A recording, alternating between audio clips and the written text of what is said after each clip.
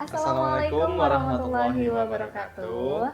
Hai, kembali lagi bersama Kakak, yakni Kak Kis dan Kak Kris. Nah, jadi hari ini kita akan belajar tentang apa, Kak? Nah, hari ini tuh kita akan belajar tentang himpunan materi kelas 7 semester 1. Wah, sepertinya menarik nih. Tapi sebelum masuk ke pembahasan, Kakak akan sampaikan terlebih dahulu nih tujuan pembelajaran kita kali ini. Bagaimana, Kak? Nah, jadi tujuan pembelajaran ini tuh dibuat berdasarkan kompetensi dasar dari materi matematika kelas 7 semester 1 tentang himpunan. Yakni yang pertama, siswa diharapkan mampu menjelaskan tentang himpunan, himpunan bagian, himpunan semesta, himpunan kosong, komplemen himpunan, dan melakukan operasi dua himpunan menggunakan masalah konstekstual. Nah, kemudian yang kedua, siswa diharapkan mampu menyelesaikan masalah yang berkaitan dengan himpunan, himpunan bagian, himpunan semesta, himpunan kosong, komplemen himpunan, dan melakukan operasi dua himpunan. Nah, setelah mengetahui KD beserta tujuan pembelajaran tadi, maka yuk langsung aja kita masuk ke definisi himpunan. Yuk, mari. Sebelum masuk ke materi, kakak mau nanya nih, kenapa sih di dunia ini tuh harus ada himpunan? Jadi, di dalam dunia ini tuh terdapat banyak sekali benda yang keberadaannya itu dapat dinyatakan sebagai kumpulan. Maksudnya gimana sih, Kak? Nah, maksudnya tuh begini. Misalkan ada kumpulan gelas kaca dan kumpulan gelas plastik. Di mana kumpulan gelas kaca ini adalah kumpulan dari gelas-gelas yang terbuat dari kaca. Sedangkan kumpulan gelas plastik ini adalah kumpulan dari gelas-gelas yang terbuat dari plastik.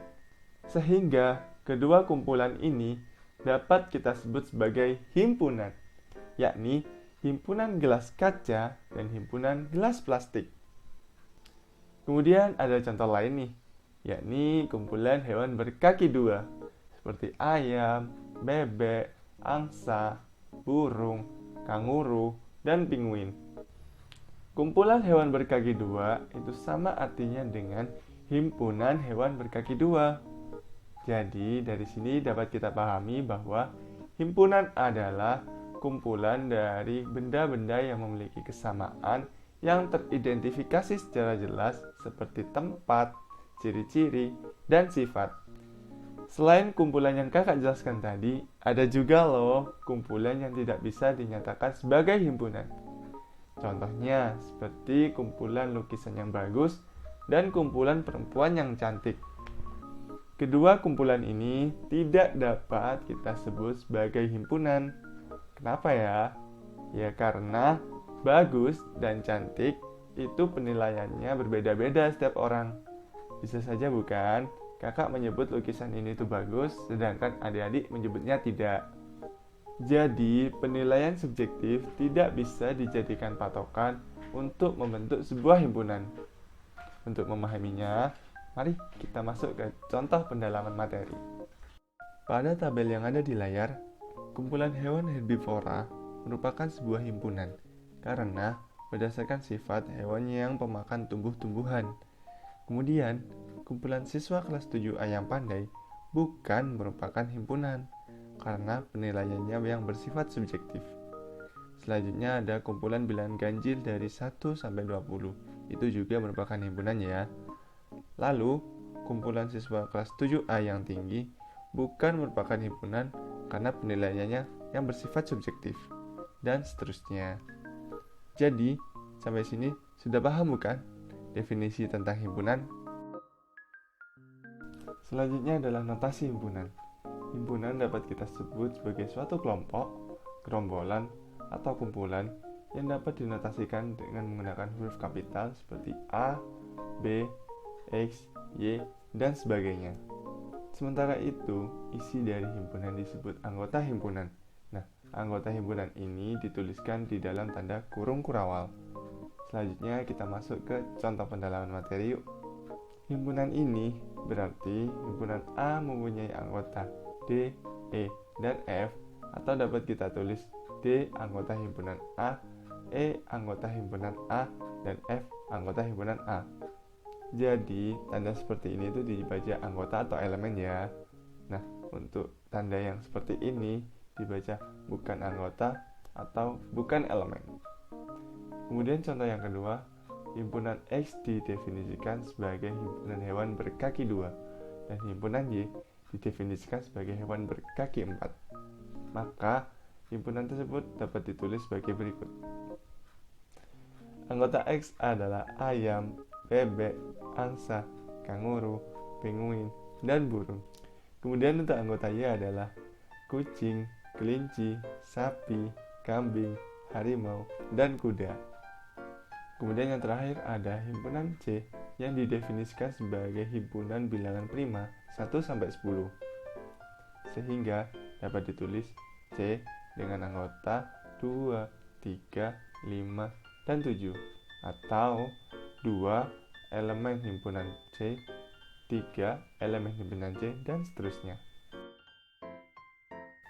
Selanjutnya ada kardinalitas. Nah, kardinalitas ini adalah istilah untuk menyatakan banyaknya anggota himpunan. Jadi, jika ada himpunan A, maka banyaknya anggota himpunan A ditulis NA. Langsung aja ke contohnya yuk.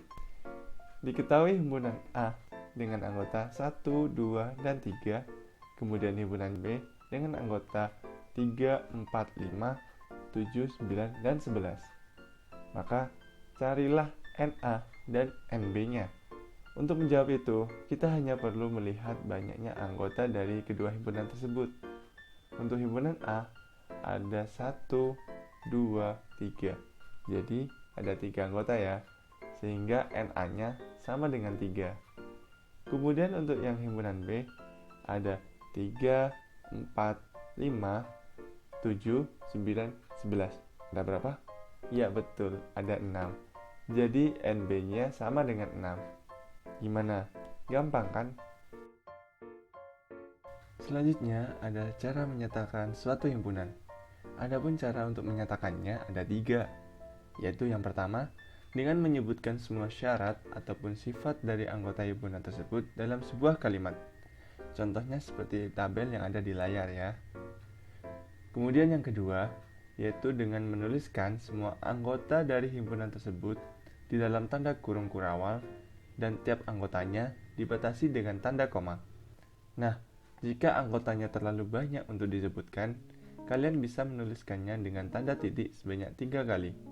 Contohnya seperti yang ada di tabel berikut ini. Kemudian yang terakhir, yaitu dengan menyebutkan semua sifat dari anggota himpunan tersebut dengan anggotanya dinyatakan dalam suatu variabel dan dituliskan di dalam kurung kurawal. Nah, contohnya seperti tabel pada layar. Jadi, seperti itu ya untuk cara menyatakan suatu himpunan. Oke, selanjutnya adalah hubungan antar dua himpunan. Yang pertama, himpunan semesta. Dalam suatu pembicaraan, adik-adik tentu pernah mendengar bukan istilah tentang himpunan semesta? Jadi, sebenarnya apa sih himpunan semesta itu? Nah, himpunan semesta adalah himpunan yang paling besar dan memuat anggota-anggota ataupun objek-objek himpunan yang sedang dibicarakan. Dan biasanya, himpunan semesta ini disimbolkan dengan huruf S. Untuk contoh berikut, berarti himpunan semestanya adalah himpunan bunga. Kenapa? Karena di dalam himpunan semesta ini terdapat himpunan Y yang merupakan himpunan bunga mawar. Kemudian contoh lain untuk himpunan semesta adalah, misalkan, Kak Kis mempunyai himpunan A dengan anggota 3, 5, 7, dan 9. Maka, himpunan semesta yang mungkin dari himpunan A ini adalah himpunan semesta bilangan ganjil, himpunan semesta bilangan asli, himpunan semesta bilangan cacah, himpunan semesta bilangan bulat, dan yang terakhir himpunan semesta bilangan real. Tetapi kita tidak bisa menuliskannya himpunan semesta bilangan prima. Mengapa? Ya, karena ada angka 9 yang bukan merupakan bilangan prima. Gitu ya. Selanjutnya adalah himpunan bagian. Himpunan A disebut himpunan bagian dari B jika setiap anggota dari A merupakan bagian dari anggota B. Dan hal ini dinotasikan dengan A subset B. Jadi ini bacanya subset ya adik-adik. Sebaliknya, jika ada anggota A yang bukan merupakan anggota B, maka A bukan merupakan himpunan bagian dari B. Dan tandanya sama seperti tadi, hanya saja dicoret. Jadi langsung aja kita masuk ke CPM. Misalkan Kak Kis di sini punya himpunan P yang beranggotakan 1, 2, dan 3, kemudian himpunan Q yang beranggotakan 1, 2, 3, 4, dan 5. Jadi, bagaimana hubungan antara kedua himpunan tersebut? Ya, hubungannya adalah P merupakan himpunan bagian dari Q.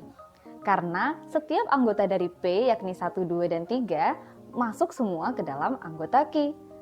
Dan sebaliknya, Q tidak bisa dinyatakan sebagai himpunan bagian dari P karena ada anggota Q, yakni 4 dan 5, yang bukan merupakan anggota P.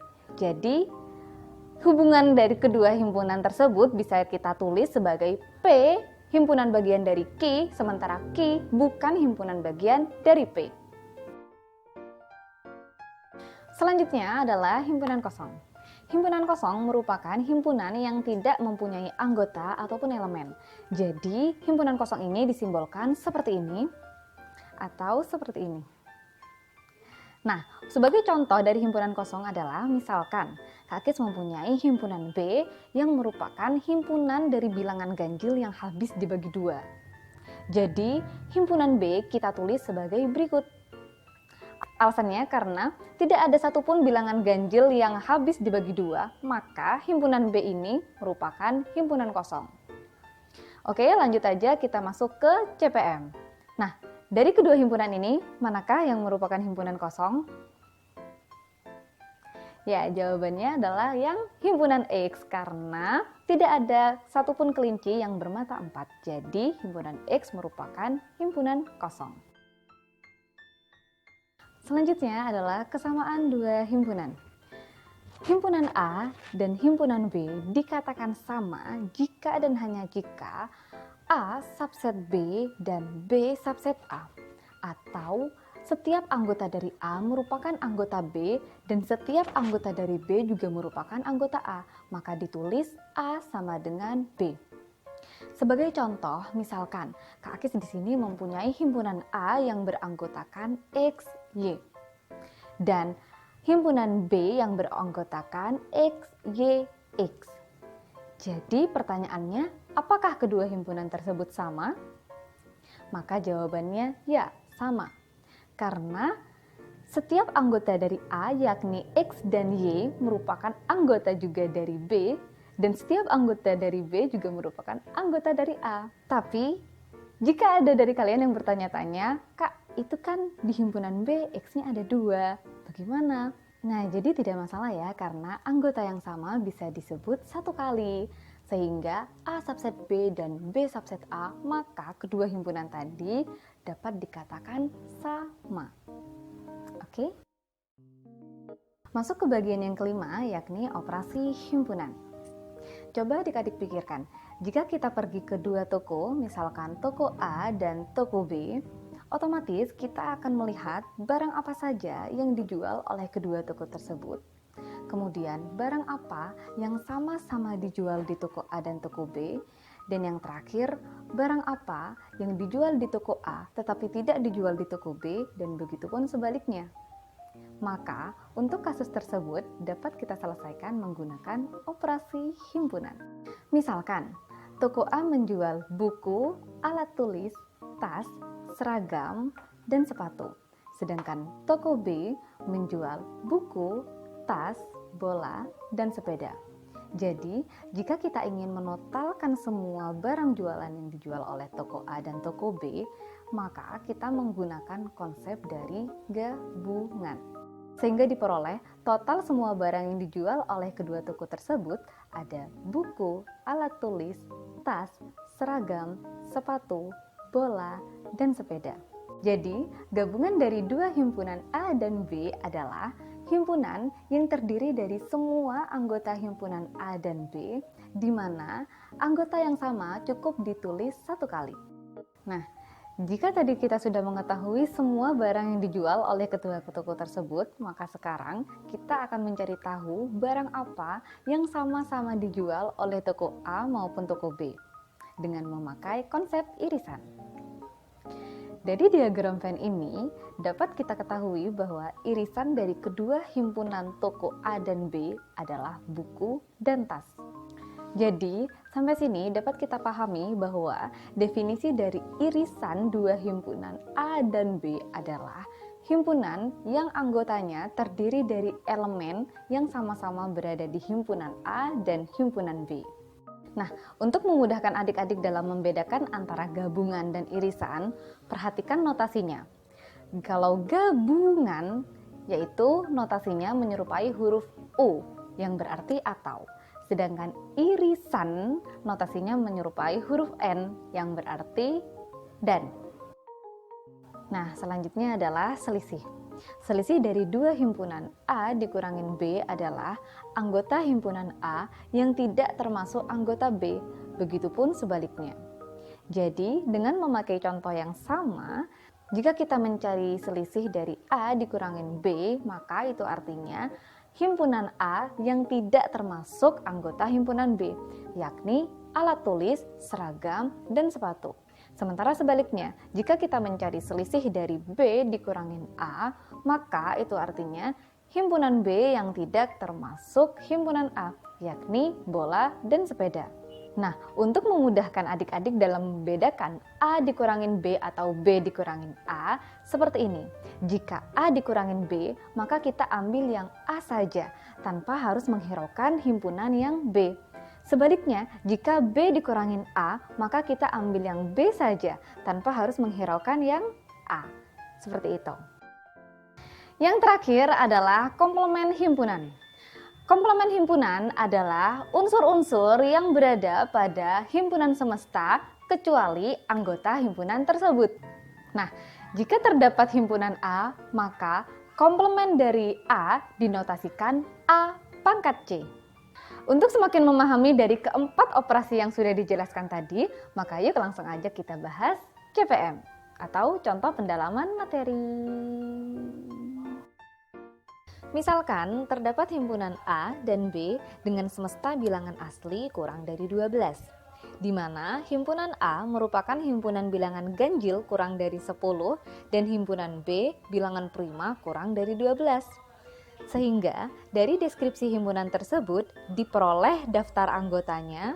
Yang pertama, himpunan semesta dengan anggota 1, 2, 3, 4, sampai 11.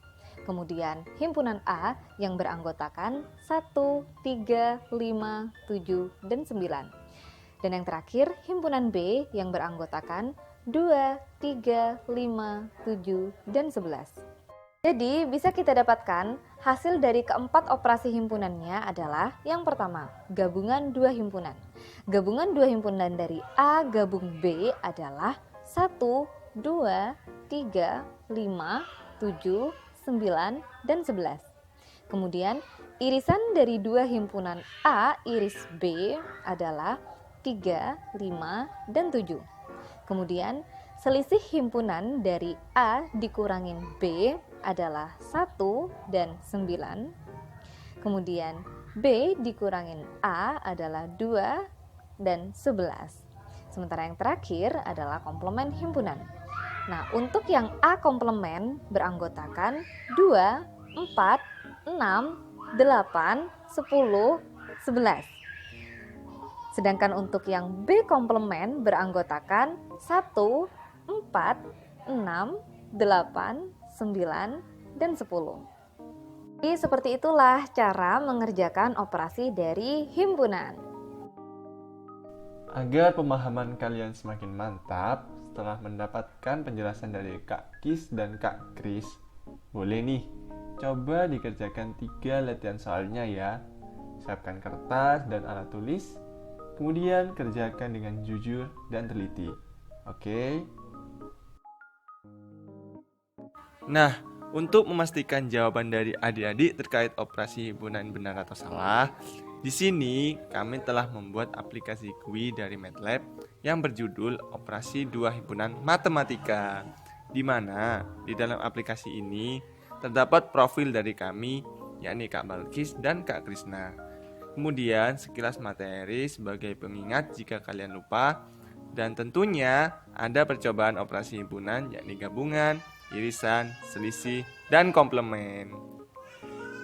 Jadi, untuk yang gabungan, kalian bisa langsung saja memasukkan misalkan untuk soal yang nomor 1 ya. Himpunan A dengan anggota 2, 3, 5, dan 7. Kemudian himpunan B dengan anggota 1, 2, dan 3.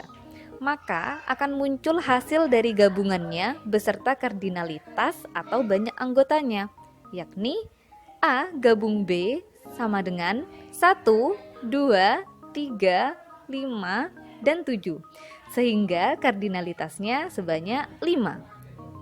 Kemudian untuk yang irisan, sama seperti tadi, kita masukkan himpunan A sama dengan 2, 3, 5, dan 7, kemudian himpunan B sama dengan 1, 2, dan 3, maka akan muncul hasil dari irisannya beserta kardinalitas atau banyak anggotanya, yakni A irisan B sama dengan 2 dan 3, sehingga banyak anggotanya sebanyak 2. Kemudian untuk yang sisanya bisa kalian coba langsung ya dengan mendownload aplikasi MATLAB beserta link filenya yang sudah kami lampirkan pada deskripsi box. Oke? Ya, jadi sekian materi himpunan dari kami. Terima kasih atas perhatiannya. Dan mohon maaf jika ada salah kata. Namun sebelum ditutup, yuk Kak langsung dulu. Oke, sibuk berangan di malam hari. Karena harapan yang tinggi sekali. Cukup sekian pembelajaran hari ini. Semoga bermanfaat di kemudian hari. Wassalamualaikum warahmatullahi wabarakatuh. Dadah.